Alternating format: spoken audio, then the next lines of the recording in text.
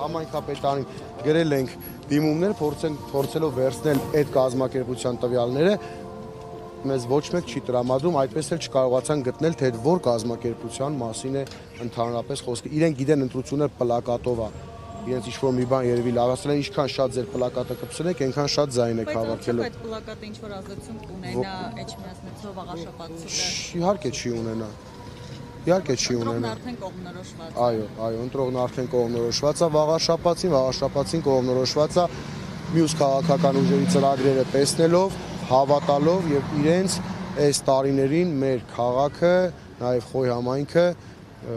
խայտառակ վիճակի հասցնելով։ Պարոն Խաչատյան, նաև այս տարվա մեջ արդեն խոշորացված համայնքները խոշորացվեցին, հա, Խոյ եւ Աղաշապատի միացվեց, այստեղ խնդիր չեք տեսնում, այդ Խնդիրը իրենց նեղ կուսակցական շահն է, ոչ մի համայնքային շահ, որ իրանք փորձում են ասեն մենք առաջնորդվում ենք համայնքային շահ, չկա նման բան։ Այստեղ ուղղակի նեղ կուսակցական հարց է, որ ամբողջ Էջմիածին քաղաքում ունենալով 7 տարի իշխանություն, այս մարդիկ մեկ թեկտացու չկարողացան գտնել, որ առաջադրեին։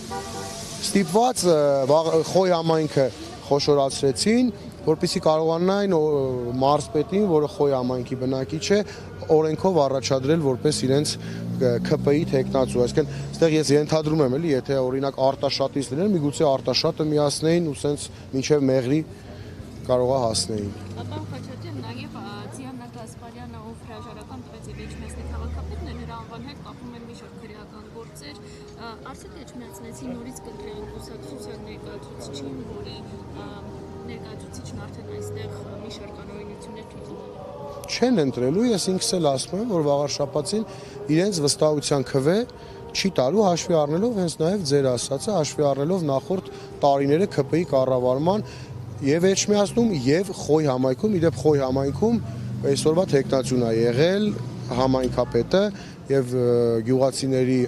այս տարիների կյանքը այնքան են բարդացրել, որ գյուղացիներն էլ իրենց մեր այդ մասնավոր զրույցներում նաեւ քարոզարշավի ընթացքում մեզ տեղեկացրել են, մեզ ասել են։ Այս ամենը իհարկե իր ազդեցությունն է տալու։